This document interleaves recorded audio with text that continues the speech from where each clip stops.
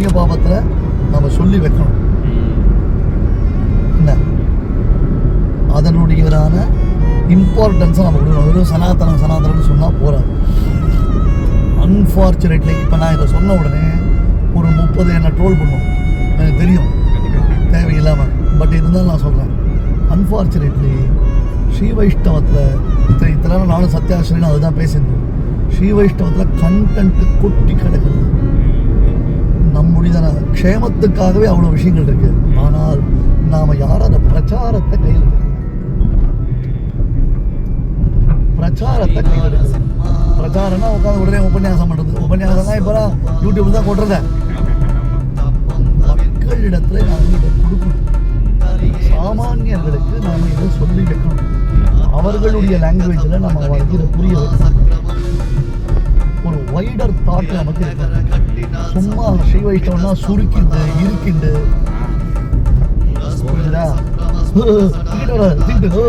இப்படியா அமட்டம் பண்ணு ஆர்ப்பாட்டம் பண்ணு கடுகெடுத்துண்டு சிடிசிடி இருந்தால் ஸ்ரீ வைஷ்ணவன் அர்த்தம் இல்லை. புண்ணிய பாபங்களுடைய பரிஸ்திதி என்ன, அதை புண்ணிய பாபம் பண்ணா என்னென்ன மாதிரி நமக்கு ப்ராப்ளம். கிருஷ்ணனை ஃபீல் பண்ணல, பட் நமக்கு கம்சன் ஃபீலிங் நல்லா வந்துடுது. ஸோ நம்முடைய சரௌண்டிங்ஸ் மொத்தம் கம்சன் இருக்கான் அப்படின்னு தெரிஞ்சு போச்சு. பாகவதத்தில் ஒரு எக்ஸலண்டான ஒரு ஸ்லோகம்.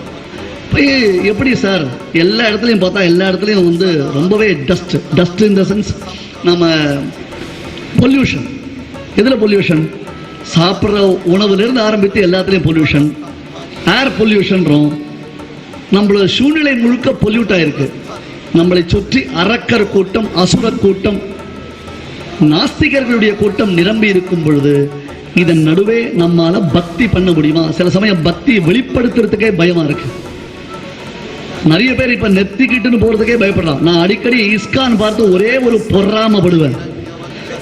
நம்ம என் ஃப்ரெண்ட் ரங்ககிருஷ்ணதாஸ் அவர்கிட்ட தான் அடிக்கடி சொல்லுவேன், உங்க இஸ்கானை பார்த்து எனக்கு ஒரே ஒரு பொறாம என்னன்னா, என்னால இப்படி வைஷ்ணவத்தை பிரச்சாரம் பண்ண முடியலையேன்றதான பொறாம உண்டு. நிஜமா உண்டு. நான் வந்து ஜென்ரலா நெத்திக்கிட்டு போ அப்படின்னு சொன்னா இட்டுப்பான் என்கிட்ட இருக்கிற பையன். ஆனா ஆபீஸ் போச்சு அழிச்சிட்டு போயிடுவோம்.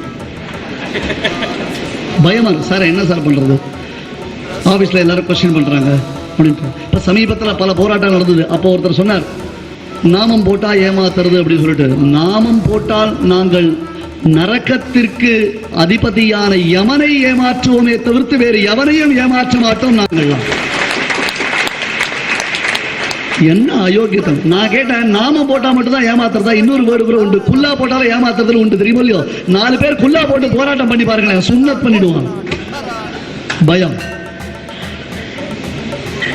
நாம போட்டா மட்டும் ஏமாத்துறது ஏன்? எங்களுக்கு அந்த இப்ப என்ன எடுத்து வெளியில வரைச்சே நமக்கு பயமா இருக்கு. நம்மளை வெளிப்படுத்திக்க முடியல. இந்த மதத்தை சார்ந்தவன், இந்த இறைவனுடைய வழிபாட்டில் நான் இருப்பவன் என்பதை காண்பித்துக் கொள்வதற்கு நாம பயப்படுறோம். பட் இன்னைக்கு ரஷ்யால மார்கழி மாசம் 5000 பேர் தெருவுல பகவன் நாம சங்கீர்த்தனம் பண்ணிட்டு இருக்கா சார். மயிலாப்பூர்ல இல்ல, திருவள்ளிக்கேணி இல்ல, போயிடுது.